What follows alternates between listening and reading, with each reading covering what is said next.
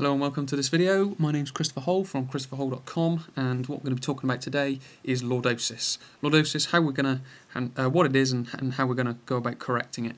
So first of all, I just want to build some pieces in this video before we actually go on to talk about something a little bit more specific.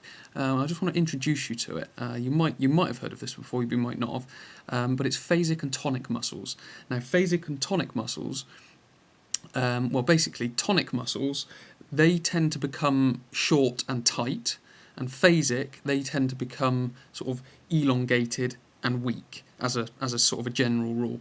Now, what you can see on this picture here, these two crosses, one going through the pelvis, one going through the shoulder. Now, what we're going to focus on is we're going to focus on the one going through the pelvis.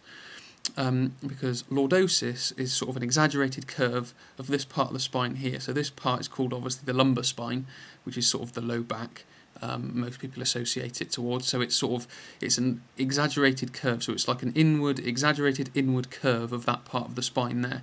Now, how that tends to come about is this front part of the hip tends to be dropped forward because of tight muscles on the front of the hip, at the bottom of it, tight muscles at the top of the back of the hip, and then weak muscles on the back, and then weak muscles here on the front.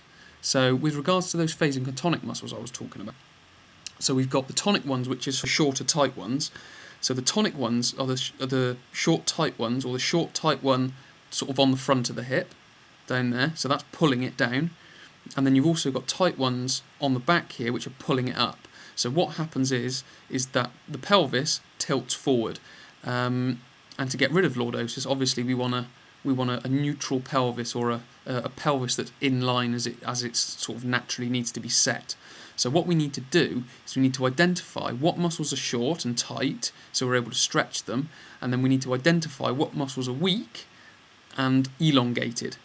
So these muscles have become long because these have become tight, and then they're the same on this side. So these red muscles here on the lower part of the back, they've become tight because these are weak.